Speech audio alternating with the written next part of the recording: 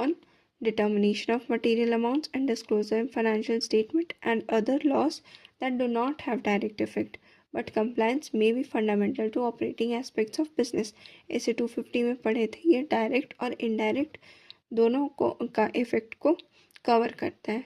लेकिन Noklar covers non-compliance that causes substantial harm in financial or non-financial terms. ठीक है. Third point is ऐसे 250 does not define stakeholders. While Noklar is related to effect of non-compliance of an investors on non-compliance on investors, creditors, employees, and general public. Last is no provision of imminent breach. ऐसे 250 में there is no provision of imminent breach. While in Noklar, if professional accountant become aware of imminent breach of laws or regulation, he shall determine whether to disclose this immediately to appropriate authority to prevent or mitigate consequences of such imminent breach. Now, next topic is membership of the institute. कितने types के members होते हैं institute में? 2. एक associate member, दूसरा fellow member. अब associate members कौन होते हैं? जो any person whose name has been enter in the register, जो अभी न्यूली क्वालिफाइड रहते हैं, वो लोग को जनरली एसोसिएट मेंबर है. फिर फेलो मेंबर्स कौन हुए?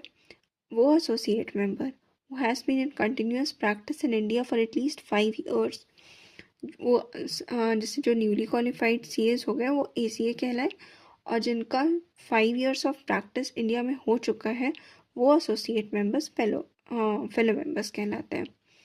Associate members who possesses such qualification equivalent to 5 years continuous practice. ठीक है.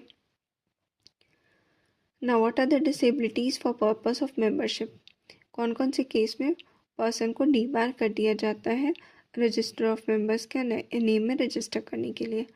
अगर वो 21 years से कम का है, अगर वो अनसाउंड माइंड का है, अनडिस्चार्ज इंसॉल्वेंट है, या फिर if he is discharge insolvent. ठीक है, इसके पहले था अनडिस्चार्ज इंसॉल्वेंट, इसमें है discharge insolvent and has not obtained a certificate from court stating that his insolvency was caused by misfortune without any misconduct on his part.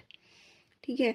And last point is if he has been convicted by a competent court of an offense involving moral turpitude and punishable with transportation or imprisonment unless he has either been granted a pardon or central government has removed the disability.